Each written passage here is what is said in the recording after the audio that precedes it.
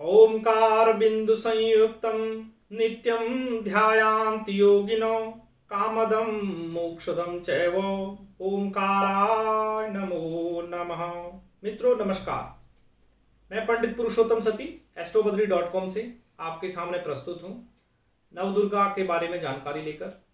जैसा कि आप लोग जानते ही हैं कि 17 अक्टूबर से नवरात्र प्रारंभ हो रहे हैं। इस बार आप सभी को एक महीने का इंतजार करना पड़ा, क्योंकि नॉर्मल केसेस में पितृपक्ष के समाप्ति के बाद दूसरे दिन से ही नवरात्र का आरंभ हो जाता है। इस बार मलमास के कारण एक महीने का गैप था, जिसके पश्चात 17 अक्टूबर से नवरात्र प्रारंभ हो रहे हैं। सनातन संस्कृति में नवरात्र का विशेष महत्व है, क्योंकि इसका संबंध भगवान राम की लंका विजय से भी है।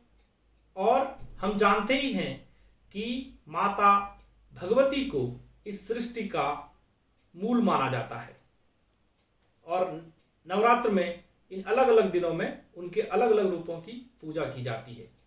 देवी भागवत में प्रसंग आता है कि एक बार की बात है कि वेद व्यास जी को उन्होंने देखा कि गौरैया दंपति अपने नवजात शिशु को खिला रहे थे, तो उनके मन में मोह आ गया। उनको लगा कि मुझे भी पुत्र उत्पन्न करना चाहिए, लेकिन विचार करने पर फिर उनको ज्ञात हुआ कि इसके लिए मुझे गृहस्थ आश्रम में एंटर करना पड़ेगा। गृहस्थ आश्रम में जाऊंगा तो मुझे पत्नी चाहिए होगी, धन चाहिए होगा जीवन यापन करने के लिए। यह सब विचार विमर्श करके वो तपस्या करने की सोचने लगे और तपस्या करने के लिए मेरू पर्वत पर चले गए। अब अगला स्टेप था कि मैं किस देवता की पूजा करूं, तपस्या करूं। ये सोच ही रहे थे कि तभी संयोगवश वहां पर देव ऋषि नारद का आगमन हो गया। तो देव ऋषि नारद से कुशल क्षेम पूछी, और उसके बाद देव ऋषि नारद ने देखा कि वेद व्यास जी बड़े ही किसी सोच में डूबे हुए हैं। तब नारद जी ने पूछा कि हे कृष्ण द्वैपायन, आप किस सोच में डूबे हुए हो। तब उन्होंने अपना पूरा व्यथा उनको बताई। तब नारद जी ने जो बात बताई कि उन्होंने बोला कि एक बार की बात है कि मेरे पिता ब्रह्मा जी, क्योंकि नारद जी ब्रह्मा के मानस पुत्र हैं, तो मेरे पिता ब्रह्मा जी ने देखा कि श्री हरि विष्णु तपस्या में रत हैं वर्षों से। तो उन्होंने श्री हरि विष्णु से पूछा कि हे भगवान, आप किसकी तपस्या कर रहे हैं, क्योंकि मेरे नॉलेज में आपसे बड़ा कोई देवता नहीं है। मैं स्वयं ब्रह्मा जो सृष्टि का रचयिता हूं, और संहार कारक भगवान शिव और समस्त देवता आपकी ही आराधना करते हैं। तो आप किस देवता की और किस शक्ति की उपासना कर रहे हैं, तपस्या कर रहे हैं। तब विष्णु भगवान जो हैं वो ब्रह्मा जी से बोलते हैं कि ब्रह्मा जी, आप जो सृष्टि का निर्माण करते हैं उसके पीछे भी कोई शक्ति है। मैं जो सृष्टि का संचालन करता हूं उसके पीछे भी कोई शक्ति है, और उसी शक्ति से भगवान शिव इस सृष्टि का संहार करते हैं। हम इंडिपेंडेंट नहीं हैं, हमको कोई एक फोर्स है जो हमको चलाती है। अगर मैं स्वतंत्र ही होता तो मैं क्यों वामन अवतार लेता, या मैं क्यों हयग्रीव अवतार लेता। हयग्रीव अवतार के लिए भगवान विष्णु का सिर धड़ से अलग कर दिया गया था, और उनके सर की जगह वहां पर घोड़े का सर लगाकर हयग्रीव अवतार हुआ था। तब जाकर उन्होंने हयग्रीव नामक राक्षस का वध किया था। तो उनके कहने का तात्पर्य यही है कि अगर मैं इतना इंडिपेंडेंट होता, मेरे ऊपर कोई बाउंडिंग फोर्स नहीं होती, तो मैं ऐसे अवतार क्यों लेता। तब तो मैं कोई दूसरा अवतार लेता। बट हम तीनों को, जो हम सृष्टि का संचालन कर रहे हैं, निर्माण कर रहे हैं, संहार कर रहे हैं, इसके पीछे कोई एक दिव्य शक्ति है, और वही शक्ति पराम्बा भगवती जगदम्बा है। तो ये एक महत्व है कि तीनों देवताओं से ऊपर भी अगर कोई फोर्स है तो वो भगवती है, शक्ति है। उसी शक्ति की आराधना नवरात्र में 9 दिनों में अलग अलग रूपों में की जाती है। तो जो 9 रूप हैं देवी भगवती के, वो कौन कौन से हैं। पहला अवतार होता है शैलपुत्री का। शैलपुत्री मतलब माता पार्वती, हिमराज की कन्या, इसीलिए उनको शैलपुत्री कहा गया। ब्रह्मचारिणी, चंद्रघंटा, कूष्मांडा, स्कंद माता, कात्यायनी, कालरात्रि, महागौरी और सिद्धिदात्री। इन 9 रूपों की अलग अलग दिन में अलग पूजा होती है। अब इसमें पूजा कैसे करनी चाहिए? तो आइडल केस तो है कि आप ब्राह्मण को घर बुलाएं, ब्राह्मण से कलश स्थापना कराएं और 9 दिनों तक दुर्गा सप्तशती का पारायण कराएं। अगर ब्राह्मण को बुलाना पॉसिबल नहीं है तो आप स्वयं से कलश स्थापना करें। कलश स्थापना के लिए सर्वप्रथम एक लोटा लें, तांबे का, पीतल का, कांसे का, या वर्स्ट केस है कि आप स्टील का लोटा लें। स्टील के लोटे में कलावा बांधें, उसमें गंगा जल डालें, और भी नदियों का अगर आपके पास पानी है तो वो डालें, नॉर्मल पानी डालें, उसमें पंचरत्न डालें, सप्तधान्य डालें और उसके ऊपर से पंचपल्लव 5 प्रकार के पत्ते रखें। पंचपल्लव होते हैं उन पेड़ों के पत्ते जो दीर्घ आजीवी होते हैं, जिनकी लाइफ जो होती है वो लॉन्ग होती है, तो माना जाता है कि उनसे हमारी भी आयु बढ़ती है। तो पंचपल्लव में कौन कौन आते हैं? आम हो गया, पीपल हो गया, गूलर हो गया, अशोक हो गया, बट हो गया, ये सब वृक्ष होते हैं जिनकी लाइफ बहुत लंबी होती है। तो उनके पत्तों को हम पंचपल्लव में काउंट करते हैं और कलश के ऊपर रखते हैं। पंचपल्लव के बाद हम उसके ऊपर से लाल कपड़े पर बांधकर श्रीफल रख देते हैं। श्रीफल जो कि सूखा नारियल होता है, कच्चा नारियल नहीं होता है। कच्चा नारियल को नहीं रखना चाहिए, क्योंकि कच्चे नारियल को हम आखिरी दिन तोड़ देते हैं और उसको प्रसाद रूप में ग्रहण कर लेते हैं। जबकि जो सूखा नारियल होता है, श्रीफल, वो माता लक्ष्मी का स्वरूप होता है, उसको तोड़ते नहीं है। पूजा के बाद उसको प्रसाद स्वरूप में ग्रहण करते हैं, लेते हैं और उसको अपने तिजोरी वगैरह में या गुप्त स्थान में रख देते हैं, ताकि हमारे घर में ऐश्वर्य या उन्नति बनी रहे। अब अगला स्टेप हो गया दीपक जलाना। दीपक के लिए अखंड दीपक अगर हो, पॉसिबल हो, तो अखंड दीपक जलाएं, घी का दीपक जलाएं या सरसों के तेल का दीपक जलाएं। अगर अखंड दीपक जलाना पॉसिबल नहीं है, अखंड मतलब 9 दिन तक जलना चाहिए, वो बीच में बुझना नहीं चाहिए। अगर पॉसिबल नहीं है, क्योंकि हर टाइम घर में कोई होता नहीं है, तो जिस भी समय हम पूजा करें, सुबह शाम, उस समय हम दीपक जलाएं, उसके बाद वो स्वयं बुझ जाएगा। अगला स्टेप होता है जो 9 दिन का हम पारायण करते हैं, उसमें जौ बोना। पहले है कि मिट्टी का कोई बर्तन हो, कोई भी बर्तन हो, उसमें हम मिट्टी लेते हैं, मिट्टी और बालू दोनों 50-50% लेकर उनको मिक्स करते हैं और उसके बाद उसमें जौ बोते हैं। पहले दिन जिस दिन कलश स्थापना करते हैं उस दिन हम जौ बोते हैं।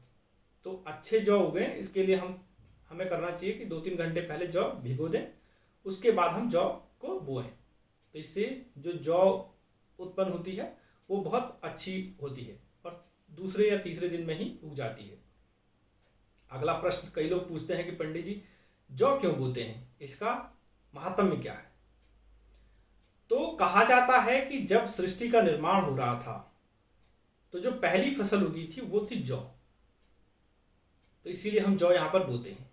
दूसरा कि ये हमें प्रेरित करता है कि हमें अन्न का सम्मान करना चाहिए, इसीलिए हम यहाँ पर जौ उगाते हैं। इसको हवन में भी यूज किया जाता है, तो ये एक तरीके का पवित्र अन्न है। जौ कहते हैं कि हमारे घर में भी रखनी चाहिए, नॉर्मल केसेस में ये शुभ माना जाता है। और इसका एक प्रैक्टिकल पर्सपेक्टिव भी है कि जब हम 9 दिन का पारायण करते हैं, मैंने बोला कि दुर्गा सप्तशती का पारायण करना चाहिए, तो दुर्गा सप्तशती के पारायण के लिए बहुत प्रकार के नियम हैं कि हमें उस नियम अनुशासन का पालन करना चाहिए। तो ये एक तरीके से हमें रोकता है, नियम में बांधता है कि हमने जौ बोई है, हम डेली उसमें पानी डालेंगे, उसकी टेक केयर करेंगे, देखेंगे कि जौ उग रही है नहीं उग रही है, तो हमारा जो ध्यान है वो भगवान पर बना रहे। तो ये एक बाइंडिंग फोर्स की तरह हमें दिया गया है हमारे पूर्वजों द्वारा। तो जो भी ये प्रैक्टिसेस हम फॉलो करते हैं उसे हम करना चाहिए। अब अगली बात है कि पूजा किस चीज़ की करनी चाहिए और क्या क्या करनी चाहिए। तो आप अगर पंडित जी को बुलाते हैं, पारायण कराते हैं, तो वो करेंगे, दुर्गा सप्तशती का पाठ करेंगे। अगर नहीं बुलाते हैं तो आप अपने मन से, अगर आप थोड़ा बहुत संस्कृत पढ़ सकते हैं तो पढ़ें, नहीं तो हिंदी में पढ़ें, क्योंकि जो नॉर्मली गीता प्रेस की बुक होती है उनमें संस्कृत और हिंदी दोनों दिया होता है, या इंग्लिश दोनों दिया होता है। जो भी आप अपनी लैंग्वेज प्रेफरेबल है वो आप पढ़ सकते हो। तो जो दुर्गा सप्तशती की बुक है उसका स्टार्टिंग होता है सप्त श्लोकी दुर्गा से, जो कि 7 श्लोकों में है। एक बार ये माता पार्वती और भगवान शिव का यहाँ पर संवाद है। भगवान शिव दुर्गा माता पार्वती से पूछते हैं कि कलयुग में मनुष्यों के उद्धार के लिए कोई उपाय है तो आप मुझे बताओ। तब माता पार्वती भगवान शिव से जो कहती है वही सप्तश्लोकी दुर्गा में दिया गया है। उस पाठ को अम्बा स्तुति करके बोला गया है कि कलयुग में मनुष्यों की उन्नति के लिए ये अम्बा स्तुति अगर कोई करता है, पढ़ता है तो उसको फल प्राप्त होता है। अगली जब आगे बढ़ते हैं तो अष्टोत्तर शतनाम है, दुर्गा के 108 नाम हैं, इनको पढ़ें। उसके बाद प्रारंभ होता है कवच, कीलक और अर्गला, और उसके बाद प्रारंभ होता है जो पारायण है। दुर्गा सप्तशती में 700 मंत्र हैं। ये 700 श्लोक नहीं है, ये 700 मंत्र हैं, क्योंकि इसमें विनियोग भी हैं, छोटे अर्ध श्लोक भी हैं, इन सबको मिलाकर 700 मंत्र हैं। कहा जाता है कि कलयुग में यही जागृत मंत्र है। बहुत लोगों ने प्रैक्टिकली इसको देखा हुआ है कि दुर्गा सप्तशती का विधिवत पारायण करके आप जिस भी मनोकामना से, जिस भी इच्छा से देवी का पूजन करते हैं, आपको वो अवश्य प्राप्त होता है। अगर जिस भावना से, जिस कामना से आप देवी का पूजन करेंगे, अगर आप विधिवत पूजन करते हैं तो आपको वो अवश्य प्राप्त होता है। लेकिन आप जो भी पूजन कर रहे हो इसमें शुद्धि का विशेष ध्यान देना चाहिए। देवी भागवत में ही कहा गया है कि द्रव्य शुद्धि, क्रिया शुद्धि, मंत्र शुद्धि च भूपिव भवेद् यदि तदा पूर्णम फलम भवति नान्यथा। इसका मतलब है कि द्रव्य शुद्धि, जो भी हम पूजा में सामग्री यूज कर रहे हैं उसकी शुद्धता का हमें ध्यान रखना चाहिए। क्रिया शुद्धि, जो भी हम अपने कर्म करते हैं तो 9 दिन के लिए विशेष नियम है कि हमें उस नियम में बदलना चाहिए, शुद्धता का पालन करना चाहिए, ब्रह्मचर्य का पालन करना चाहिए और गंदे विचारों को अपने मन में नहीं आने देना चाहिए। तो हमें ये ध्यान रखना चाहिए। और तीसरी बात जो इसमें कही गई है वो है मंत्र शुद्धि की। मैंने बताया कि ये जागृत मंत्र है, इसलिए इनका अशुद्ध उच्चारण आपको नुकसान कर सकता है। इसीलिए किसी अच्छे पंडित से ही पारायण कराएं, और अगर आप खुद कर रहे हैं तो अगर कॉन्फिडेंट हैं तो संस्कृत में करें, वरना हिंदी में इनको पढ़ें। क्योंकि अशुद्ध पढ़ने से अच्छा है कि मैं दूसरी लैंग्वेज में, जो भी मेरी प्रेफरेबल लैंग्वेज है, हिंदी हो, इंग्लिश हो, उसमें मैं पढ़ूं, लेकिन अशुद्धता का त्याग करना चाहिए। तो इसीलिए द्रव्य शुद्धि, कर्म शुद्धि और मंत्र शुद्धि, तीनों का हमें ध्यान रखना चाहिए। अंत में एक गुप्त बात है, दुर्गा सप्तशती में एक सिद्ध कुंजिका स्रोत है। कहा जाता है कि अगर कोई जो भी मैंने अब तक बताया कि सप्तश्लोकी दुर्गा है, अष्टोत्तर शतनाम है, कवच है, कीलक है, अर्गला है और पारायण है, नहीं पढ़ पाता है तो उसको सिद्ध कुंजिका स्रोत पढ़ना चाहिए। ये भी माता पार्वती और शिव का संवाद है। इसमें शिव बताते हैं कुंजिका स्रोत के बारे में। अगर कोई इसको करता है तो उसको दुर्गा सप्तशती के बराबर ही पुण्य प्राप्त होते हैं। और अगर कोई पूरे पारायण कर भी रहा है तो भी उसको भी आवश्यक है कि आखिरी में सिद्ध कुंजिका स्रोत का पाठ अवश्य करे। तो इस प्रकार नवरात्र के 9 दिनों में हमें देवी के 9 रूपों की पूजा करनी चाहिए। अगर कोई कुछ भी इनमें से कुछ भी नहीं कर सकता है तो दुर्गा चालीसा का पाठ अवश्य करें, सुबह और शाम को आरती करें। और आखिरी दिन उद्यापन, जो हमारा आखिरी दिन होता है, अष्टमी, नवमी, जैसा भी आपके घर में प्रैक्टिसेस फॉलो होती हैं, उस दिन हवन करें।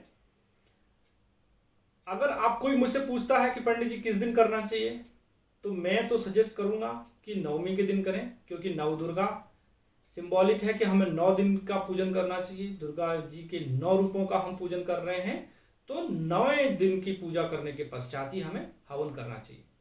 तो इस बार 17 तारीख को नवरात्र प्रारंभ हो रहे हैं और 25 तारीख को इनका विसर्जन होगा। 25 तारीख को नवमी और दशमी दोनों एक ही दिन है।